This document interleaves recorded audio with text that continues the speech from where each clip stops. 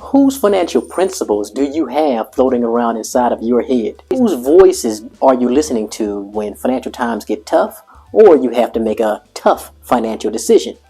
I was reading a book by Lisa Feldman, a neuroscientist, and in it she explained that our reactions and our emotions even are predetermined by what's going on inside of our head.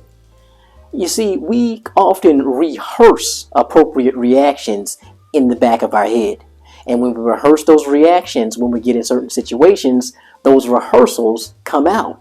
If you meet a person with quick wit, or who is quick to anger, or quick to lash out, or quick with the joke, often they've rehearsed those scenarios inside of their head frequently enough to where it looks completely natural for them to do that. And oftentimes, they believe that those reactions are completely natural.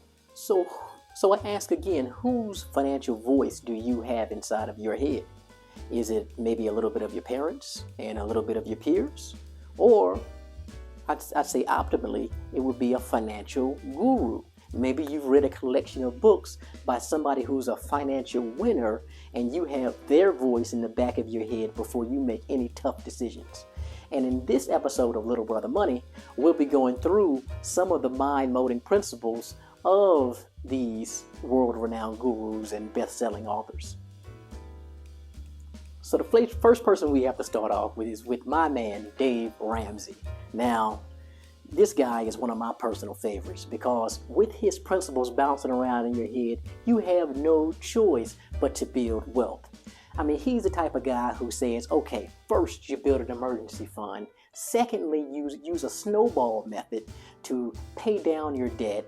And then lastly, you start investing in your 401k and your children's college fund and all that. I mean, just real simple, down-to-earth principles that will no doubt build you a nice financial foundation. Now, as you can listen to his podcast and people doing the debt-free screams, it's really motivational and good.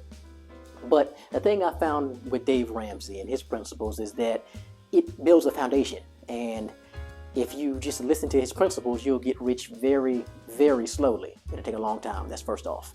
And then secondly is that I've noticed that you hear people call into his podcast show who have reached their first million or second million and who are, wealthy, but they don't know how to spend their money. They've been eating the beans and rice, and they've been clipping the coupons so long that they don't know how to stop.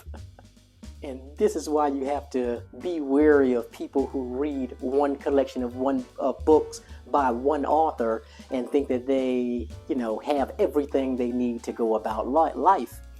It usually doesn't work that way. You need more than one voice inside of your head giving you financial advice or just life advice, period. So I encourage you to check out Dave Ramsey and also check out the Frugal Boys. Great stuff there for people who already established, who already have taken on some debt and are looking to establish a great financial foundation. But that's not what I'm going to teach my kids. Instead, I'll teach my kids the Millennial Revolution. Now, this is some amazing stuff. These guys have taken ideas that were first started by Vicki Robbins and Joe Domingo back in the early 1990s. They've taken those ideas and basically put them on steroids. So Vicki and Joe were teaching people to use index funds and spreadsheets to track their wealth, to check their net worth, and to track their expenses so they could retire. Well, these guys at Millennial Revolution and guys like Mr. Money Mustache have taken this and basically made it into a science using these kind of pre-situated spreadsheets and these ideas on how you work with credit cards and basically masterminded it so that you can retire after just 10 years of working and then start working on your passion projects, which usually go on to make you more money than you ever could have made working inside of a corporate structure. Now, you might not like Dave Ramsey, you might not like the Millennial Revolution because they require you to live frugally or efficiently. And that's not for everybody. I have no problem with you if you're one of those people who wouldn't like to live that way. So the next author is Robert Kiyosaki. Now, Robert Kiyosaki is pretty special because he doesn't encourage living frugally. He says, go out and buy the fancy sports car. Go out and buy the big house. But first, have assets that generate cash flow to let you pay for those expenses. And I like that idea. Throughout his entire Rich Dad, Poor Dad collection of books, he talks about how to generate cash flow and how to monitor your expenses using the cash flow quadrants. It's very good, and he basically tells these little homegrown stories that are really motivating. Actually, I read them to my son at night. Definitely encourage you to read Robert Kiyosaki and get those thoughts bouncing around in the back of your head and maybe brushing up and arguing with guys like Ramsey and guys like Mr. Money Mustache. Kiyosaki also has a very fun board game called Cash Flow. Me and my family, we absolutely love it.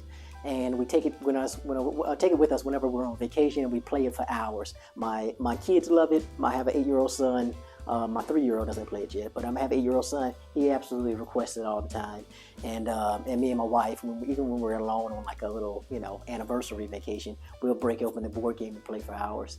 So you learn how to navigate the rat race, buy investment properties, and eventually end up on the fast track where your money's making money for you. I encourage you to go out and get that board game.